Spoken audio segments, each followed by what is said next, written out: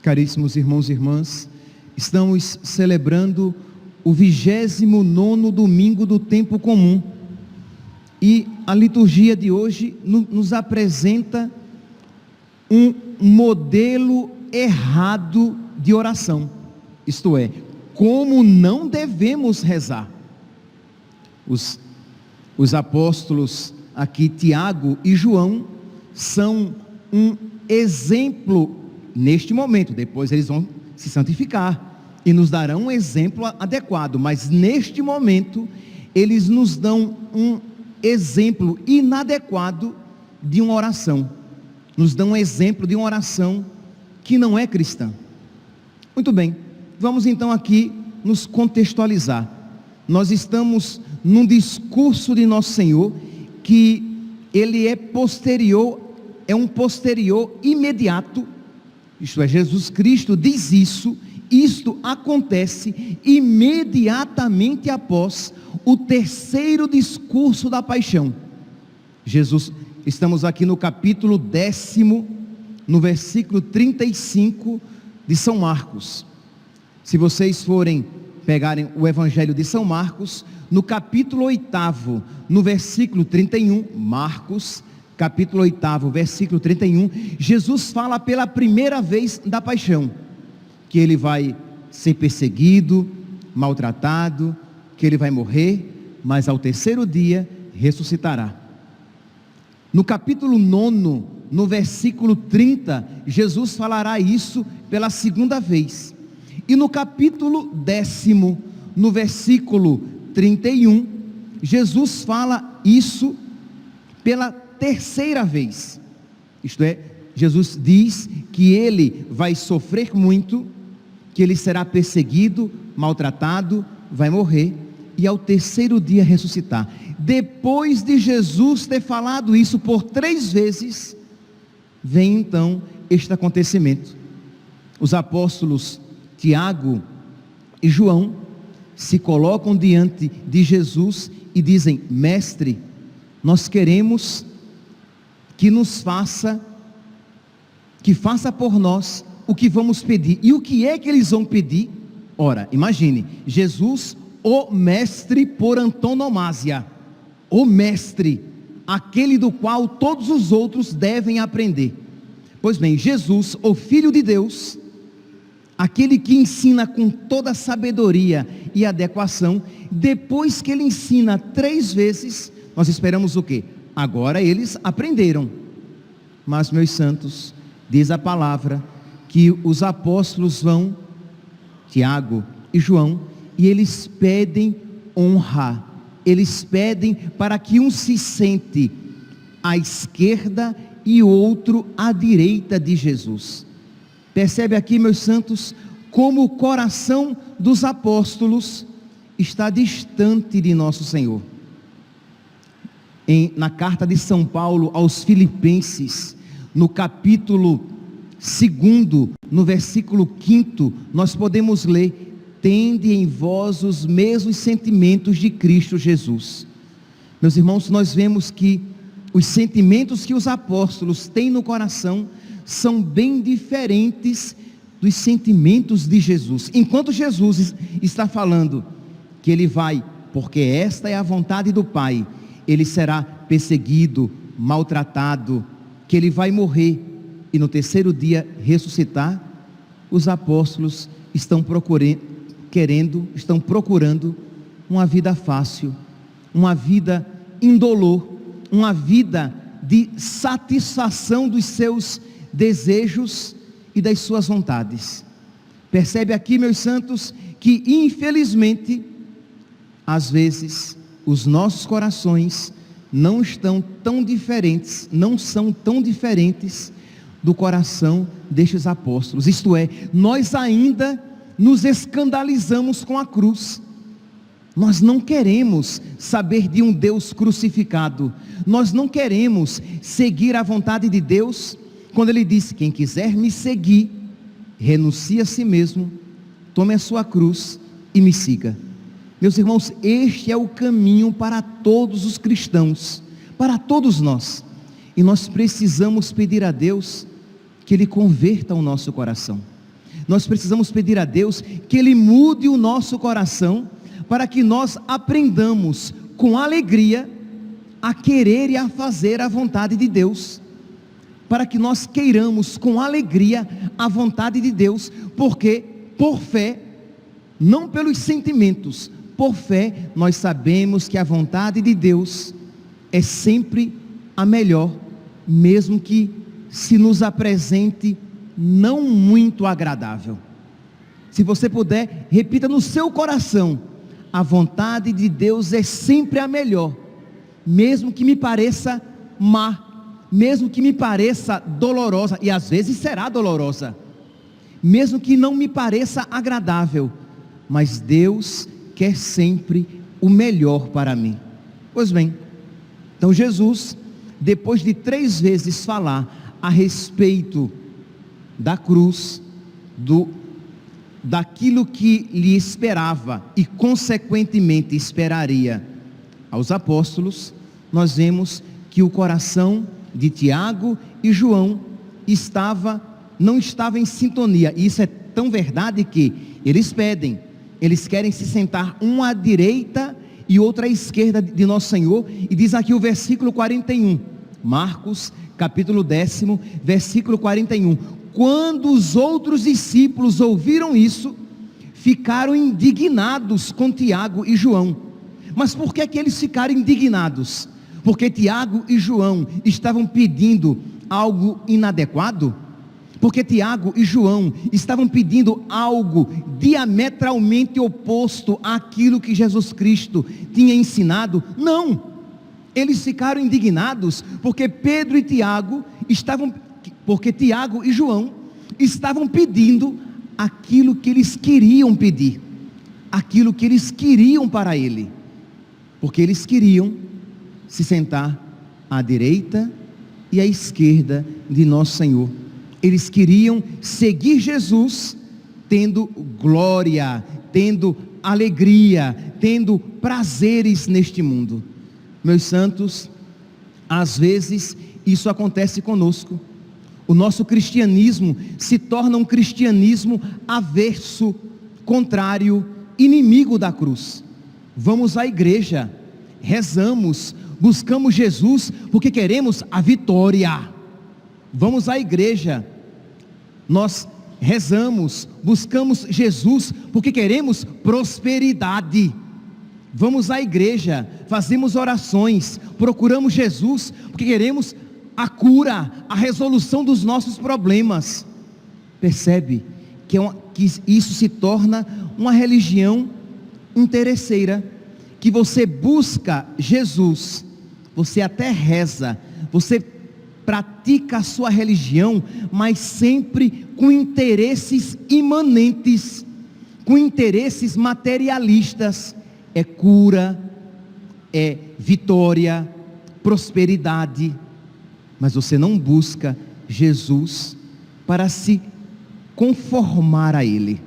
Você não busca Jesus para ter um coração semelhante ao dele. Você não busca Jesus porque você o ama e quer estar eternamente com Ele. Não, você busca Jesus porque parece que é um caminho adequado para você fazer a sua vontade, para você alcançar os seus desejos, para você realizar os seus anseios.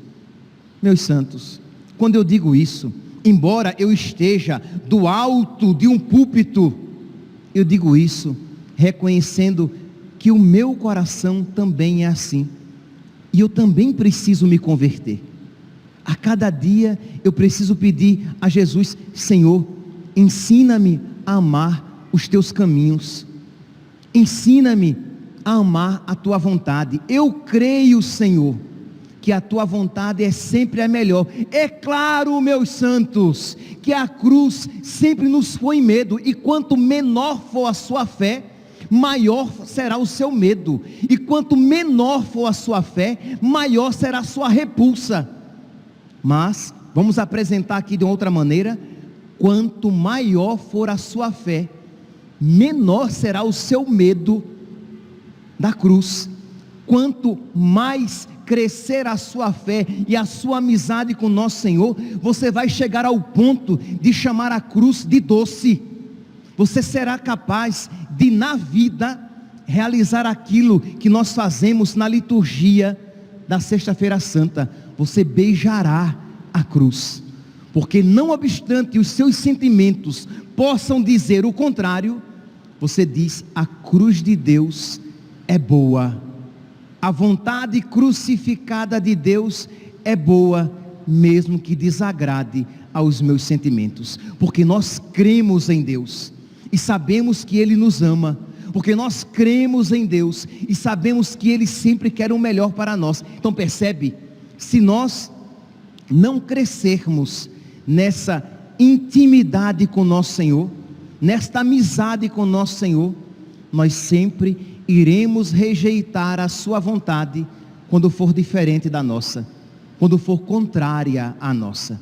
É por isso, meus santos, eu sei que já falei isso aqui várias vezes, mas é preciso repetir, porque imagine, se Jesus, depois de três vezes ter repetido o mesmo ensinamento, Jesus, que é o mestre por excelência, os apóstolos não tinham ainda aprendido por culpa deles, imagine no meu caso, que não sou um mestre por excelência, então eu preciso repetir 300 vezes.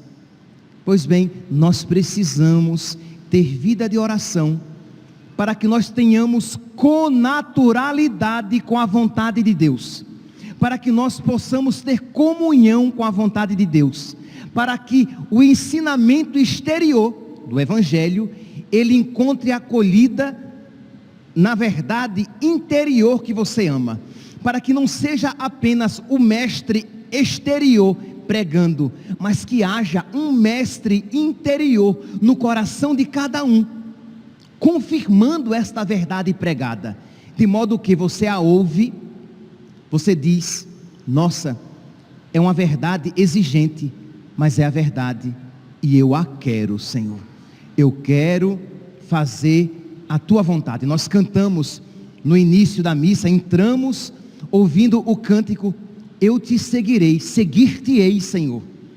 Pois bem, Senhor, eu te seguirei na alegria e na tristeza, na saúde e na doença, todos os dias da minha vida. É um matrimônio espiritual, em que você abraça nosso Senhor, e aí sim, você vai à igreja. Para que você vai à igreja?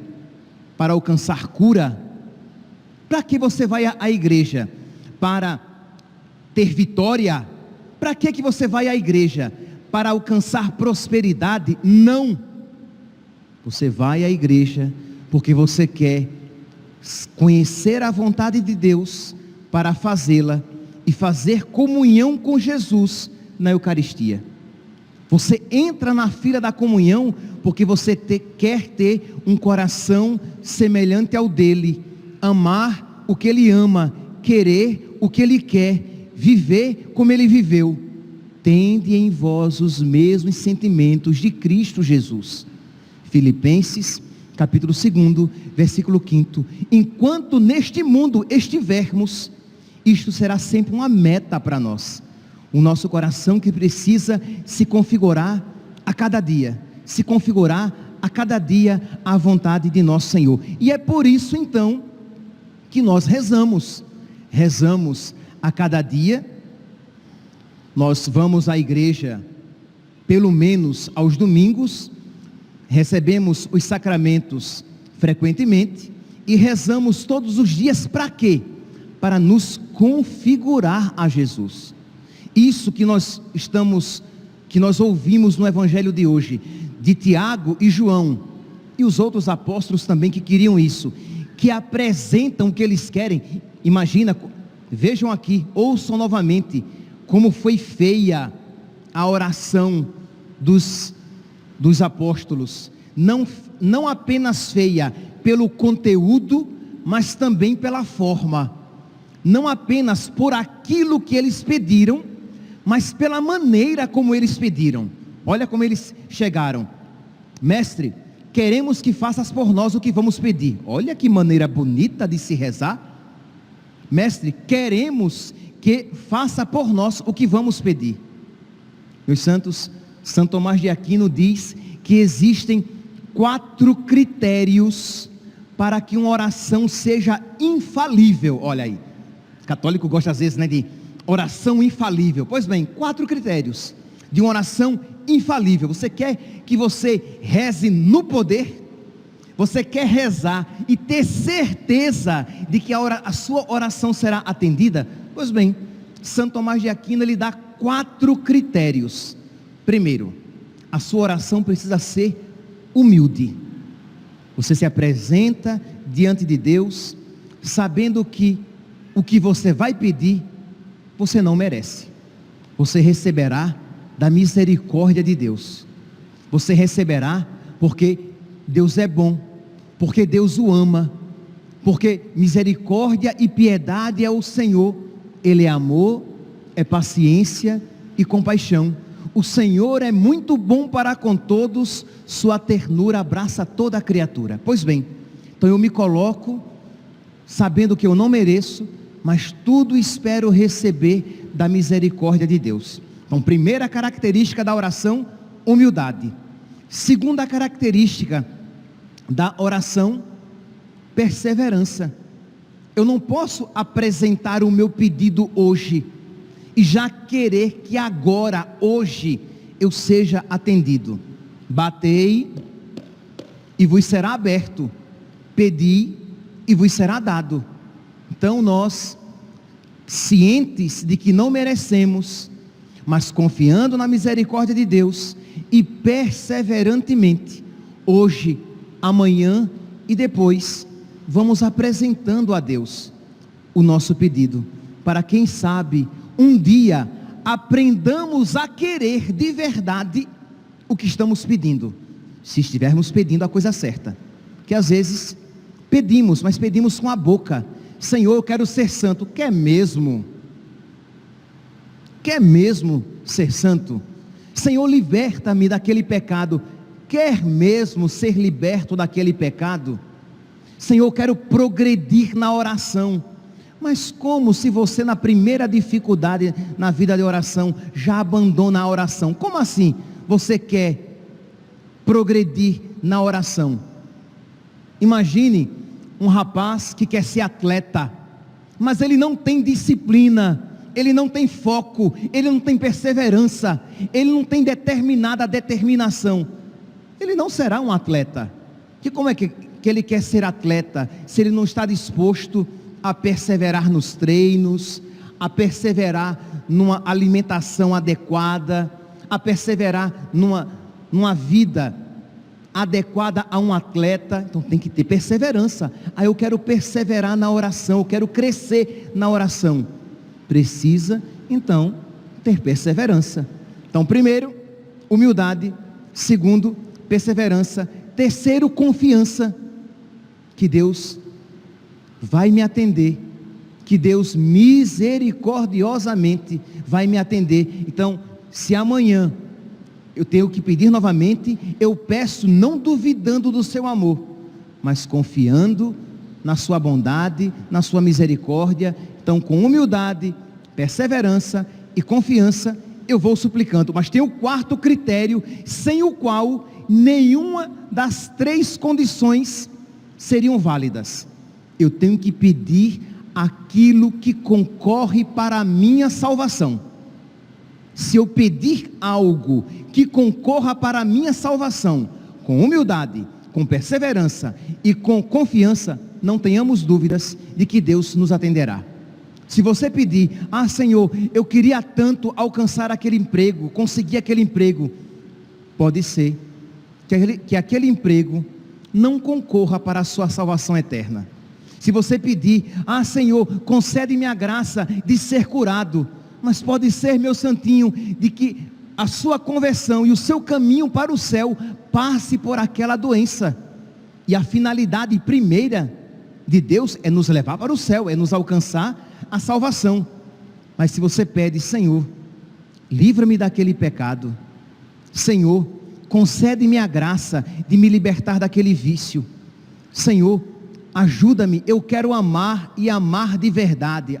Meu santinho, se isso que você está pedindo concorre para a sua salvação eterna, e concorre, a conversão, a libertação de um vício, o crescimento na prática das virtudes, aprender a ser humilde, a arrancar o orgulho do seu coração, a aprender a amar a Deus sobre todas as coisas, se você pedir com humildade, com perseverança e com confiança, isso você alcançará.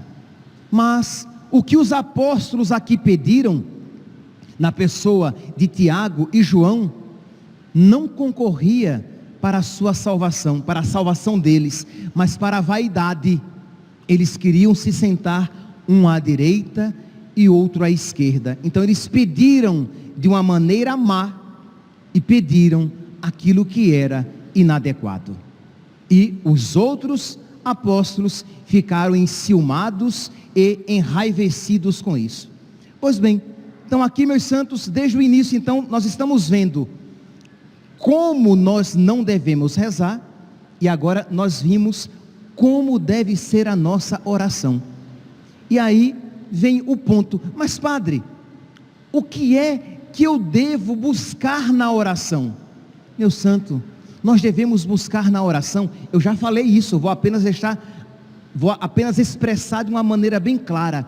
Nós buscamos a Deus na oração, nós vamos à igreja, nós procuramos ter intimidade com Deus, não para informar a Deus do que nós precisamos, não para determinar a Deus o que Ele deve fazer, mas para que nós recebamos as determinações de Deus, não para informar Deus do que eu preciso, mas para ser informado por Deus daquilo que eu preciso mudar. Então você vai à missa, repito, não para dizer, Senhor, eu quero isso, aquilo e aquilo outro, mas você vai à missa para dizer, Senhor, qual é a tua vontade para a minha vida? Senhor, ensina-me a amar a tua vontade para a minha vida. Quando você entrar hoje na fila da comunhão, você vai entrar para receber Jesus e pedindo, é óbvio, mas eu vou dizer, pedindo a Jesus para fazer comunhão com Ele, porque senão, meu santinho, você entra na fila da comunhão, você recebe o sacramento, você recebe verdadeiramente Jesus na sua boca, mas não faz comunhão com Ele, porque o seu coração está longe, os seus desejos são diametralmente opostos ao de Jesus. Enquanto Jesus quer levar você para o céu, você quer ser feliz a todo custo aqui na terra.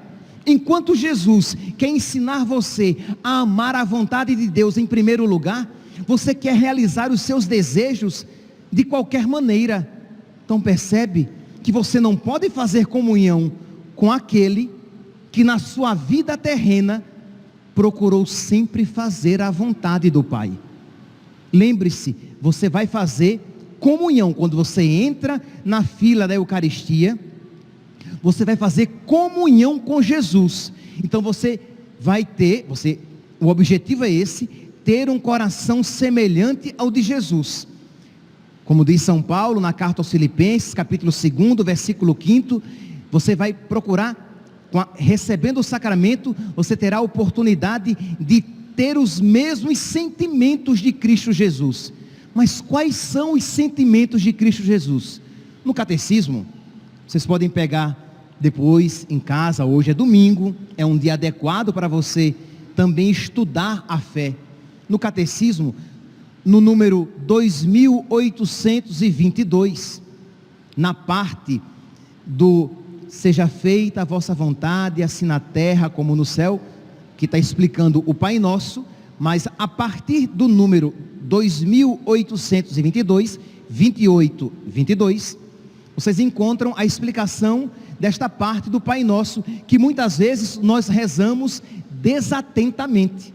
Nós rezamos: seja feita a vossa vontade, na terra como ela é feita no céu. Então nós estamos pedindo a Deus que nos ajude a fazer a vontade dEle, da mesma maneira que ela é feita no céu. Pois bem, o catecismo diz que rezando isso, nós queremos nos configurar a Jesus, que Hebreus capítulo 10, versículo 7, diz o autor da carta aos Hebreus: quando Jesus entrou no mundo, ele disse o quê? Eis que venho fazer a vossa vontade, Senhor. Meus irmãos, esta palavra precisa estar nos nossos lábios. Copie e cole no armário do seu banheiro, na porta da sua geladeira, na penteadeira. Imagine se hoje em dia alguém tem penteadeira, né? Minha mãe tinha penteadeira. Na penteadeira da sua casa, e ponha lá. Você pode colocar até o salmo: eis que venho fazer com prazer a vossa vontade, Senhor. E você reza aquilo, suplicando aquela graça: Senhor, concede-me a graça de procurar fazer sempre com prazer a vossa vontade, Senhor. Eu não quero fazer eu não quero ser um pagão que não faz a tua vontade. E eu não quero ser um escravo que faz a tua vontade com medo da chibata, do chicote.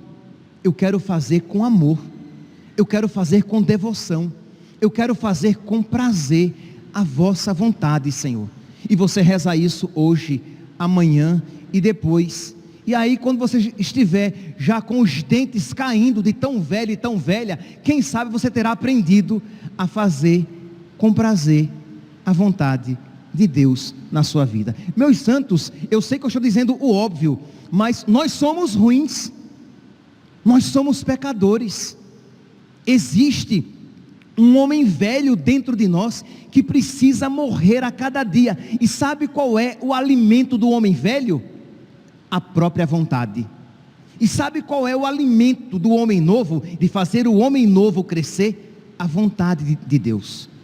Então, pedir a Deus, e eu digo isso, e eu peço que, por favor, leve a sério. Eu não estou fazendo aqui um recurso retórico, não, eu estou de verdade aconselhando. Copie no seu caderno, na sua agenda, ponha naquela tela de abertura do seu celular, que todas as vezes que você ligar o seu celular, vai estar ali escrito: eis que venho fazer com prazer a vossa vontade, Senhor. Coloque na porta da sua geladeira, no espelho da sua casa, para que você seja constantemente recordado em que consiste o caminho da sua salvação, porque este foi o caminho escolhido por Jesus, o Filho de Deus, a segunda pessoa da Santíssima Trindade, o nosso Salvador e doador do Espírito Santo. Quando entrou no mundo, ele entrou para fazer a vontade do Pai. Ele disse: o meu alimento é fazer a vontade do Pai. Imagine, meus santos, que coisa maravilhosa se nós pudéssemos dizer algo semelhante. O que de verdade me alimenta não é a comida, porque não só de pão vive o homem.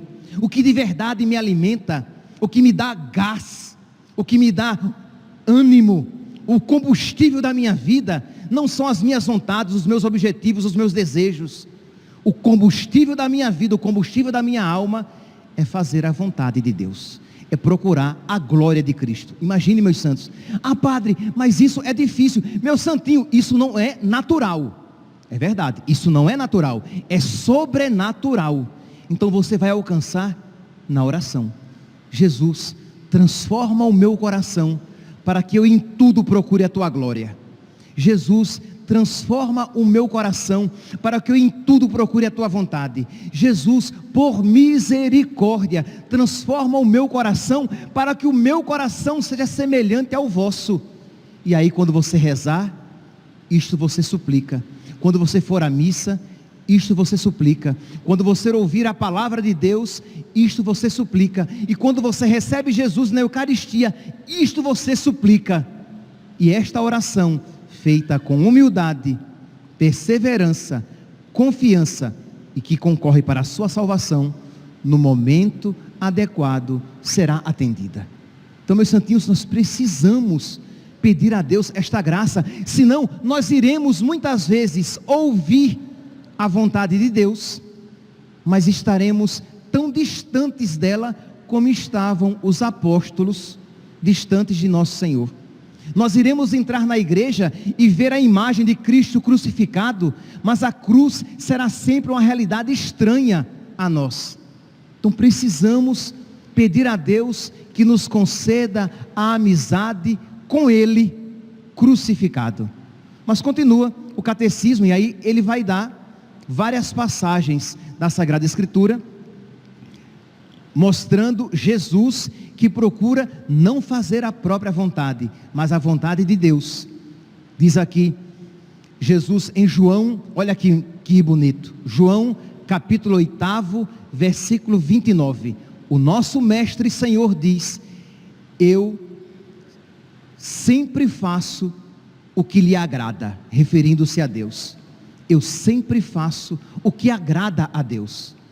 Meus santos, aí você vai dizer: ah, padre, mas isso é apenas porque Jesus é Deus. Mas ele disse que aqueles que nele crescem fariam coisas maiores. Santa Teresinha estava tão unida a Jesus, que ela chegava a dizer assim: Jesus, eu quero me unir mais a ti, de modo que não apenas a tua vontade seja minha, mas a minha seja a tua. Imagine, ela pedia a Jesus a graça dela não apenas a vontade de Deus será dela, mas dela estar tão unida a Deus, de modo que a vontade dela fosse a de Deus. Então isto é para nós, porque, meus santos, se nós não tivermos esta configuração, esta conformação, esta sintonia com a vontade de Deus, o Evangelho será sempre um peso, a nossa religião será sempre um fardo, Deus será sempre um inimigo, e dele nós correremos como correram Adão e Eva quando ouviram os passos de Deus no jardim. Isto é, porque Deus será sempre experimentado como um estraga-prazeres. Se você não tiver vida de oração, você virá à igreja e será sempre uma chatice, porque se o padre pregar o Evangelho, o padre vai ficar falando coisas que você não quer ouvir. Se você não tiver uma verdadeira vida de oração, a sua oração será sempre um tormento, porque será o momento em que você vai ficar lembrando a Deus o que Ele deve dar a você, quando Deus, porque ama você, aquilo não quer dar. E aí você fica pedindo, quando você deveria dizer: Senhor, qual é a tua vontade? Fala, que teu servo escuta.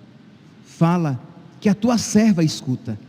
E quando você ouvir aquilo que você não gostaria de escutar, você vai dizer: Senhor, ensina-me a amar a tua vontade, porque eu quero, ou então eu quero querer o que tu queres, como tu queres e quando quiseres. Mas converte, Senhor, o meu coração, porque ele é muito duro e ele é muito rebelde, e com facilidade ele se revolta contra a tua vontade. Então seja verdadeiro na sua oração, apresente a fealdade do seu coração. Diga: Jesus, o meu coração é feio, o meu coração é doente, o meu coração é egoísta, o meu coração é vaidoso. Mas Jesus, a tua graça me ensina a desejar, a ter um coração semelhante ao teu. Ajuda-me. Mas se você vai para a sua oração e bate no balcão de Deus, dizendo: eu quero que o Senhor faça o que eu estou pedindo, está com os ouvidos moucos para ouvir a Deus, é claro que essa oração, ela não tem fruto espiritual. Eu vou terminando aqui. Então diz aqui o catecismo, no número 2825, somos radicalmente incapazes de fazer a vontade de Deus. Então é verdade, amar a vontade de Deus, nós somos radicalmente, a palavra aqui é forte, esses advérbios, eles tornam mais clara a verdade. Nós somos radicalmente incapazes de renuncia a ti mesmo, toma a tua cruz e segue-me. Nós somos radicalmente incapazes de viver isso, mas unidos a Jesus e com a força do Espírito Santo, podemos entregar-lhe nossa vontade e decidir-nos por acolher o que o seu Filho sempre escolheu, fazer a vontade do Pai. Isto é, pelas nossas próprias forças, isto que eu estou dizendo é impossível a nós, mas se nós nos unirmos a Jesus, se nós suplicarmos a Jesus a força do Espírito Santo, se nós, quando recebermos a Eucaristia, isso suplicarmos, Ele nos dará a graça de viver isto que Ele está pedindo. Então peça a Jesus: Senhor, eu quero me unir a Ti, eu quero estar tão unido a Ti, de modo, Senhor, que eu não apenas aceite a Tua vontade, mas ame a Tua vontade. E Orígenes, então, um escritor eclesiástico, ele vai dizer assim: aderindo a Cristo, podemos tornar-nos um só espírito com Ele, e com isso realizar a sua vontade. Dessa forma, ela será cumprida perfeitamente na terra, como é cumprida perfeitamente no céu. Então, a chave, o caminho é a união com Cristo, porque senão, meus santos, se nós não rezarmos, se nós não tivermos vida de oração, a nossa religião será sempre estranha, a vontade de Deus será sempre dura, os caminhos de Deus serão sempre contrários aos nossos. Peçamos a Deus esta graça. Você pode baixar a sua cabeça, fazer essa pequena prece. Eu vou terminar a homilia e não vou já imediatamente rezar o credo. Eu convido que cada um aqui apresente a Deus no silêncio do seu coração as suas fraquezas, as suas feiuras, as suas doenças espirituais, o seu medo da cruz, e peça a Jesus a graça de amá-lo de verdade, de crer cada vez mais nele, e que a sua santa vontade é sempre a melhor para você. A graça de se conformar, de se configurar, de se unir mais perfeitamente a Ele, para que a vontade de Deus seja sempre vista como boa e amada por você de todo o coração. Louvado seja nosso Senhor Jesus Cristo, para sempre seja louvado.